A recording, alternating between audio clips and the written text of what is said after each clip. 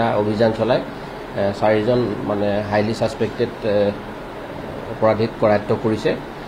তেওঁলোকৰ এটা past criminal এণ্টিচিডেণ্টো আছে, প্লাছ এই ক্ৰাইমৰ লগত জড়িত থকাৰ কাৰণে আমি তেওঁলোকক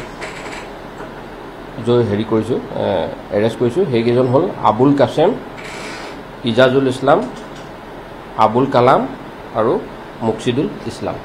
তেওঁলোকক এতিয়া মহামান্য আদালতত প্ৰডিউচ কৰি পেলাই পুলিচ কাষ্টডিত লোৱা হৈছে, লৈ আৰু এই ঘটনাৰ সম্পৰ্কত অধিক তদন্ত কৰি আৰু সাক্ষীবাদী যতন কৰা মানে যুগুতোৱাৰ কাৰণে আমি যত্নবান আছোঁ। এইটো এতিয়া তেওঁলোকক যিহেতু কালি ৰাতি ধৰা হৈছেহে, আজি এতিয়া কোৰ্টত প্ৰডিউচ কৰা হৈছে। তাৰপিছত তেওঁলোকক জেৰা কৰি যদি গম পাওঁ যে তেওঁলোকৰ লগত আৰু কোনোবা আছিলে, ডেফিনেটলি আৰু মানুহ এৰেষ্ট কৰা যাব।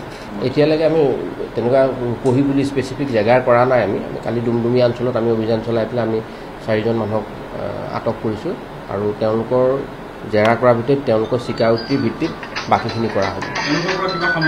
এতিয়ালৈকে একো সামগ্ৰী উদ্ধাৰ হোৱা নাই। আমি তেখেতসকলক ৰিমাণ্ডত লৈ পেলাই সামগ্ৰী উদ্ধাৰৰ প্ৰচেষ্টা চলামহে।